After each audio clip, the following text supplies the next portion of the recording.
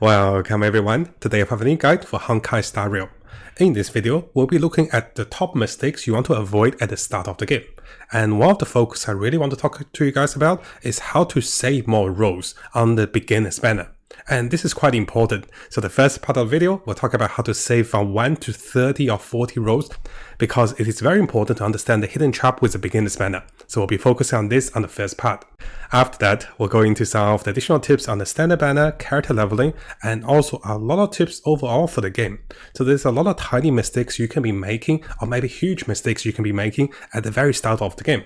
And because most of us will be playing free-to-play or low spending, it is very important to understand which of the dungeons to farm, which of the ones to save your energy, and which of the ones you should be looking for and getting the most out of the game on your first day and also on your first week.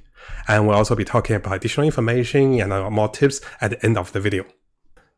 Now, if you guys haven't seen our two previous guides, I do recommend coming over here to see the beginner's guide, which we covered all the features that is available in Honkai Star Rail in more details. And also we do have a banner guide to explain the rates of different banners in the game, which there are 4 of them. So coming back to our notes. Now, if you guys do want the notes, see the links below for the description, and this will be available to all the viewers. So one of the first thing I really want to highlight with a beginner's banner with Honkai Star Rail is that this can be a big trap. Now, if you have seen our previous videos, and if you haven't, I'm sure most of you know that there will be a guaranteed 5-star on this banner. And this banner is also discounted by 20%. So this banner looks really good, right? What's wrong with it? Well, there is a big thing that you need to be aware of. Is that although there is a guarantee for 5-star, the guarantee is only one time only. And what that means is, if you happen to get your 5-star before the 50 summon, you should not be summoning more on this banner, even though it is 20% discounted, because this banner only lasts for 50 summons. So notice the writing over here. Let me see if I can enlarge this a little bit. So notice that this says remaining warps only 50. So what that means is you do not get a pity after your first 5-star. So as a player, what you want to do is, the best strategy to approach this banner is to summon on the banner until we get a 5-star. And then we should stop summoning on this banner, no matter the 20% discount. Because what you want to understand is, unlike the standard or the limited banner, this banner does not have soft or hard pity, which guarantees a 5-star. And if it doesn't have a 5-star build up, it is not worth it. Because any summons you have after the 5-star is found will provide no pity. And what that means is, let's say if you summon the first 5-star on your first 10 summons, you're very lucky. But if you spend the rest of your 40 summons on this banner, you are very likely not getting any 5-stars. I guess only 10 or 15% of the players will get another 5-star with 40 summons on this banner. But most of the players will not get a 5-star, and most of the players will waste 40 summons on this banner. Yes, it is discounted by 20%, so you're actually saving about 8 summons. So you're wasting 32 summons actually, if we translated this with a 20% discount. But if you use those 32 summons on another banner, you're almost halfway into the pity. And this can be on the standard banner, this can be on the limited banner.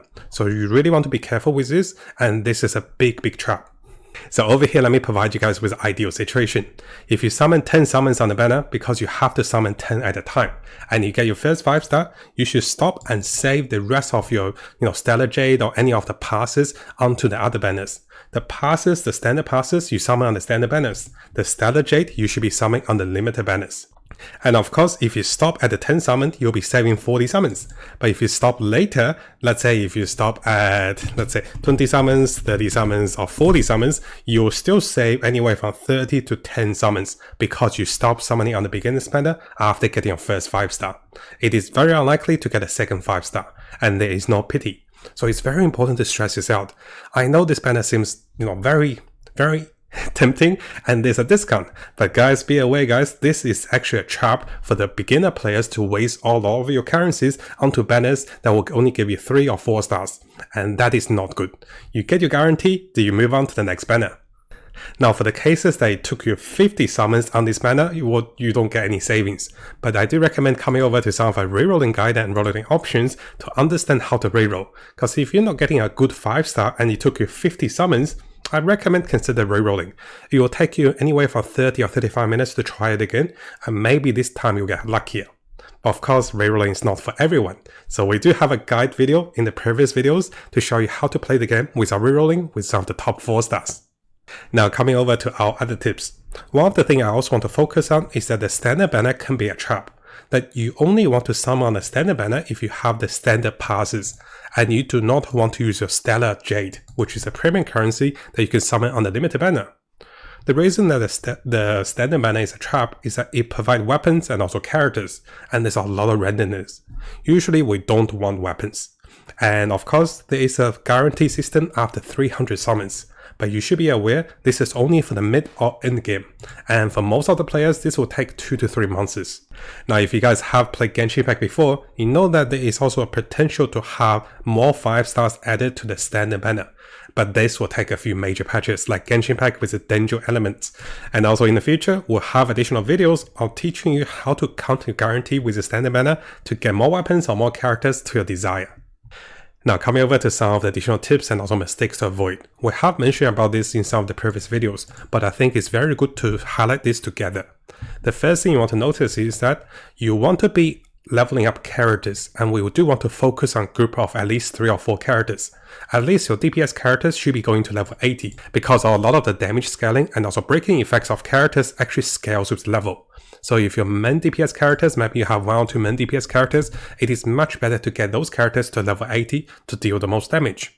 Compared to diversifying resource onto leveling all the characters to level 60, it may be a little harder and challenging to do other content. Of course, we do want to diversify the elements, so we have different elemental characters to break enemies. Now it is very important to stress out the importance of the daily trainings or the daily missions. Those actually lock to a very important feature of the game, which is the character level. And this actually will become a content cap for you guys if you don't level this correctly and if you don't do the daily missions. The reason behind it is you can only get higher character level, relic level, and also weapon level after getting higher character level. And to get higher character level, you have to do the daily missions and also have to spend energy. So what I mean by here is just a correction. What I mean by character level is the account level or the Trailblazer level. I know it's a little confusing, so I should have said this account level. So once you have high enough account level, you can level characters, relics, and also weapons higher. And this is why sometimes if you don't do these missions, you're missing out on a lot of the content because you'll be gated behind the power lock and you will not have upgraded weapons, relics, or characters. Now on the topic of spending more energy, it is important to understand the Trailblazer power, which is the energy in the game, can be purchased using your Stellar Jade. And the initial purchase will be cheaper and the incremental purchase will be more expensive. But keep in mind guys, if you're low spending, it is okay to purchase 1 of them a day or maybe 2 max. I don't recommend purchasing more than 1 actually. But if you're actually, a whale player, you can buy all of them. It gets much more expensive, and this is one of the, the pay to win traps. Now moving over to relics. I'm sure you guys might have known the relics at the start of the game will have mostly 4-star relics. Later we'll be getting a lot of 5-star relics after unlocking the dungeons for those. So it is quite important when you have 4-star relics to go for the main stats that is correct with attack percentage and also elemental percentage for the highest damage. Of course, we do have a full video about the relics, so make sure you check out the previous video. It is much more detailed. And here with the options you want to go is main stats over the main stats over the set effects over the sub stats until you get a really good 5-star relic. Then you go for both everything. You go for sub stats, you go for main stats, and also the set effect. Now it is quite important to understand you don't want to level the relics too high. Usually you want to keep most of your purple relics at level 9 the most. And this is because once we transfer existing experience from relics into new relics, you'll lose at least 20 to 30% of the experience. And this actually adds up a lot, especially after level 9 to level 12 and also to level 15. Those experience costs are very high. Now we have mentioned about the eidolons or the constellations of duplicate characters and also weapons in the previous video. Well, simply put it guys, don't be tempted by those. Even for the 1 duplicate, it is a cash trap. I usually never go for duplications, so just be aware of this. And after that, it is not the priority to be farming for character and also weapon experiences. If you only focus on 2 or 3 characters and maybe 1 or 2 weapons, it is not a big deal. Try to not diversify resource too much. Your energy over here should be used on other materials like the tracer upgrades and also the character essential materials. those are the best ways to save energy in the future, as we need those energy to farm for relics once we have the 5-star relics. And that's what I mentioned over here. You only want to be farming relics once you can have the chance of dropping 5-star relics. Farming purple relics, it is not that great, because you'll be transitioning out of them after less than a week. Now with Star Rail, there will be a lot of dungeons that is weekly limited. It is very important that we do those and get the most out of it each week. And this will help you to improve your gaming, get more relics, and also allow you to purchase 5-star weapons from Hatter's store. So we'll have a special video about the weapons you can get in the game from the missions, from the quests, from the battle pass, and also from the store for free. So we'll have a dedicated video for this, but for now, make sure you do all the weekly missions and get the most out of those. And finally, the Memory of Chaos. What's going to happen with Memory of Chaos, which is similar to the Spire Abuse for Genshin Impact, is that at the start, you only have one team. Later on, you actually need 2 teams, so you need 8 different characters. But as a personal recommendation to new players, you don't have to build 8 units right away, because you just need a few characters that help you clear the content and go through the story. The Memory of Chaos is more focused on endgame, and most players don't get to clear all of this at the first week or 2. So don't rush this, because if you start investing on 8 different accounts, or 8 different characters, and also 8 different weapons, you'll be very short on resource, and this might delay you participating in other events like the weekly ones and also different dungeons. So do keep in mind guys, I still recommend focusing on at least 4 characters on the first team, and then the second team you can adjust. And then once you have enough resource, we can invest into another team with 4 stars and also 5 stars. Now hopefully you guys found this video helpful, and if you do have any tips and also advices and also mistakes to avoid for the game, let us know in the comments below. We want to get as many tips and as many guides for the new players, and this way we can better prepare for the game and play the game free to play and also very low spending. Now before you go, and if you guys didn't know, we have a new YouTube channel, and if you guys haven't subscribed, make sure you subscribe and check out the behind the scenes and also fun clips and also more stories about us, and then you get to know me a little more personally instead of just reading the news and also the games, right? So I want to share a little bit more with you guys, so make sure you check this channel out if you're interested about Matt and also Uni. She's really funny too, and she's really shy, so I want to give her a surprise and do a shout out for the new channel to get some subscribers. Thank you guys, I'll see you guys next time.